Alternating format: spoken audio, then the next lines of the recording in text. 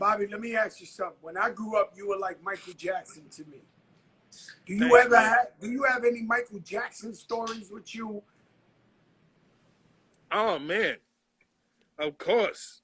I remember he invited us over to his house at one point when we first started out, and I had just came from Alabama learning how to do the moonwalk, the real moonwalk, where you put the sand on the ground and you do it from the sand on the ground. It was like soft shoe.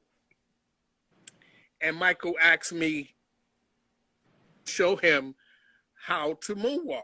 This is a true story. You can ask Michael Bivins, you can ask Ronnie DeVoe, Ricky Bell, Ralph Tresvant, Wait a minute. Wait a minute. Wait a minute. Wait a Johnny minute. wasn't here Bobby. yet. Bobby. Wait a.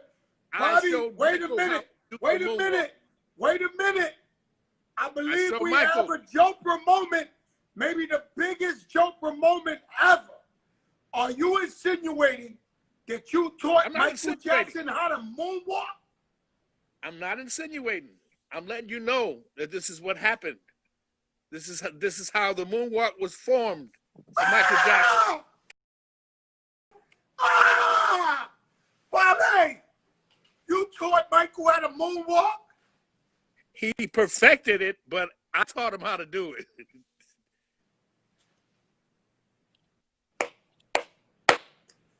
Oh And we can bring my we can bring we God. can bring we can bring Ralph Tresvant, BBD, all on because they was all there at the time when I was showing Michael how to do this. They were all there. We were in the foyer of his house. Unbelievable. So he It's a took the look. moonwalk and perfected it. He perfected it. He perfected it. I only used it for dance battles. I used to dance battle. Come on, I was a break dancer. I would Let me tell battle you something, anybody Bobby. whoever stepped up was getting battled, would battle. I'll battle anybody. Let me tell you something, Bobby. That's about the illest I've ever heard in my life. I need you. That is the biggest moment on the big show ever. That's crazy. That's you know. I want shout out everybody to check. I want everybody to check facts on it too, because I don't want anybody to be like, "Oh, Bob tripping." No. Bobby Brown, I you think wouldn't he have said tripping. it. He tripping again. Bobby He Brown, tripping again. you wouldn't have said it, Bobby Brown, if I it wouldn't wasn't have said it. true. And that's the purpose of this whole show, is because I was watching these other people put out documentaries and doing interviews in hip hop, and they was lying, and they was saying it wasn't true and swaying it. Not about me, just hip hop. Right. You know, I asked you, was you the first R&B singer to rap? You said, I believe so, but you said the truth. You said Curtis Blow had daydreaming. And Yes. but people lie, documentaries and all that shit. Now, that's why I did this. But this is why people, we give people the opportunity, people in the house, on their phones. They're like a fly in the wall, and they get to hear shit here that they don't hear nowhere else. That's right. And Joe Crack, I'm here to celebrate. I'm not here to jam nobody. I lead out of love. Listen, brother, we celebrate you just for your contribution to hip hop, your contribution to what this whole movement means to everybody, with black and brown being together as far as the creation of what hip hop is. This came from black and brown. This didn't come from nowhere else. This ain't no rock and roll where you have to, figure out whether it was Little Richard or whether it was Elvis. This is a black and brown thing. Hip hop has always been a black and brown thing, and it shall remain to be a black and brown thing. And Right. yes, of course, we have M&Ms. We have a whole bunch of others, but we know where it started. That's right, man. And we appreciate you for that, and always keeping it real. We much respect to the wife. But we all seen this BET series. Was this accurate? Was like the young Bobby Brown really hooking up with Janet Jackson? And I'm not trying to be messy, but was that true? there was so much that I had to leave out of that movie that out of that production that would have probably blew a lot of people's mind.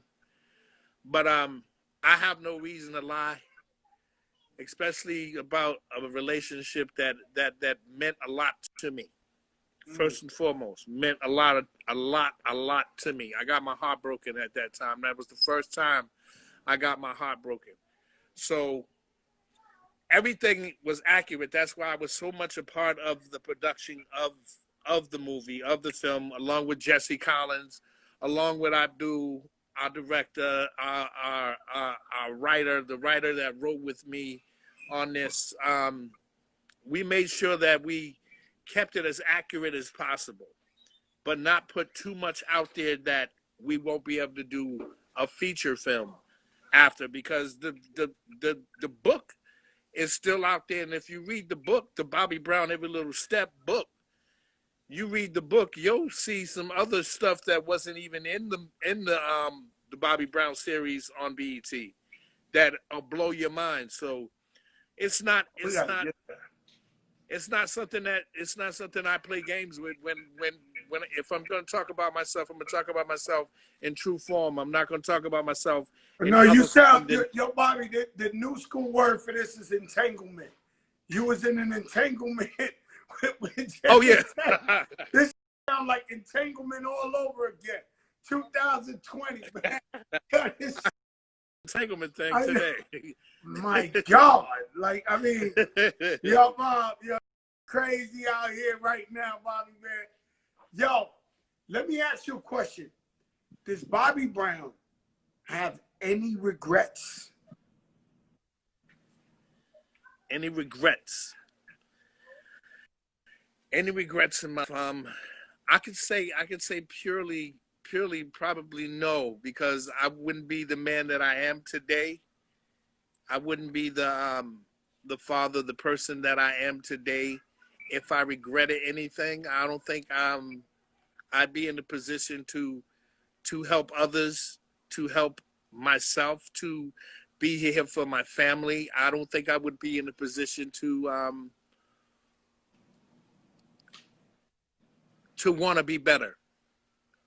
And every day I wake up wanting to be better. So no, regrets, that's not a part of what my life is about. My life is about. So no do-overs. I've been there, done that, but there's no do-overs. There's only do again. You're gonna have to do something else. You're gonna have to do it differently. So once you make that mistake, you know you made that mistake. So now you've got a way to do it the right way the next time. So I just tried to concentrate on doing better on an everyday basis. Go against anybody. I'll go against my brother Keith Sweat. I'll go against my brother, I mean, anybody out there right now. I like that. I think I got Bobby. A chance at anybody.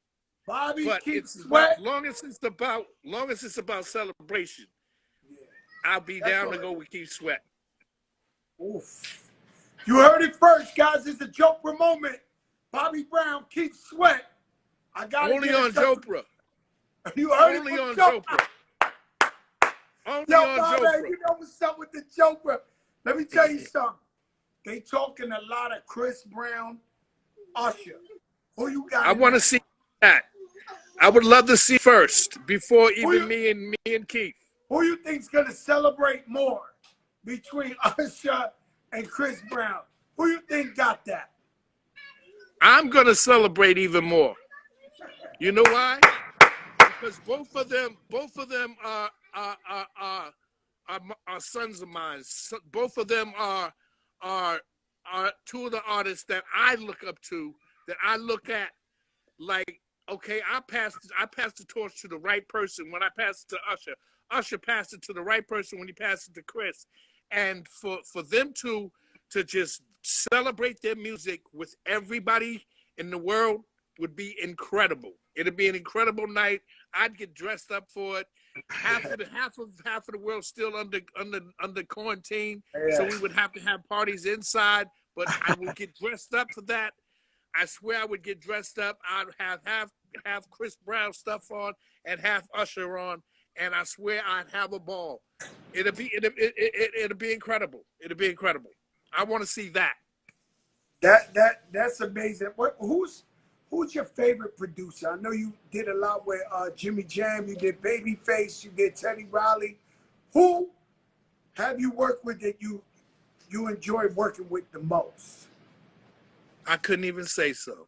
You know that because every producer that I've worked with, I've had different relationships with, and every last one of them have great relationships. You know, me and Teddy had our run with our new Jack and all that. Me, Babyface in L.A. had our run with the smoothed out and the R&B style of music. Me and Jimmy Jam and Terry Lewis had our points with New Edition. So I've worked with probably the best producers that's been out there.